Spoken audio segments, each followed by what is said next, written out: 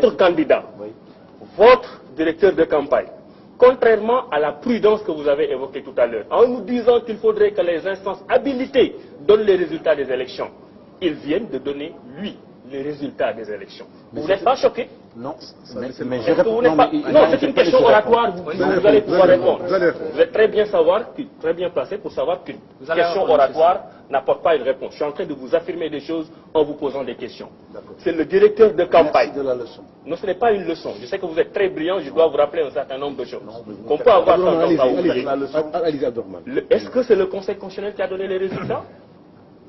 Est-ce que c'est la Sénat qui a donné les résultats? Est-ce que c'est la Commission nationale de recensement des votes qui a donné les résultats? J'ai 49 ans, j'ai commencé à voter depuis 1993. J'ai vu des élections. Je n'ai jamais vu une telle forfaiture dans l'histoire politique du Sénégal.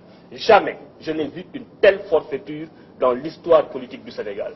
Un Premier ministre, directeur de campagne à qui on déroule un tapis vert et qui vient dire aux Sénégalais les résultats, l'expression que vous avez fait dans les urnes, on n'en a rien à faire, nous allons nous déclarer vainqueurs.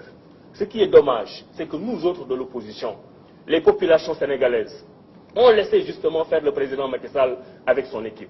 Ce que nous sommes en train de vivre, je vous regarde dans les yeux et je vous le dis, c'est une honte, parce que le Sénégal ne mérite pas ça. Et qu'est-ce que vous allez faire demain? Vous allez mettre les gendarmes dans la rue? Vous allez mettre la police dans la rue? Vous allez nous mettre en prison? Et après, qu'est-ce qui va se passer? Vous qui?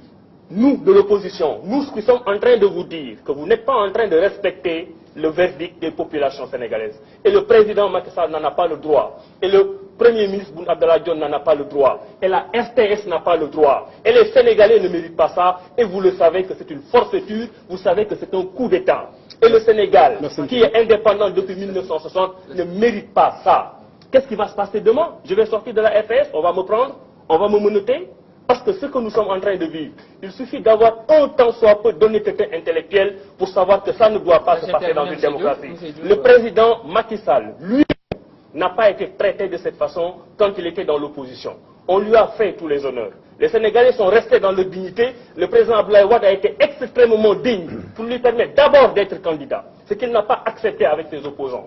Il a mis Karim Wade en prison pour ne pas l'avoir en face de lui. Il a mis Khalifa Sall en prison pour ne pas avoir en face de lui. Aujourd'hui, sur la première fois de l'histoire du Sénégal, il se déclare vainqueur.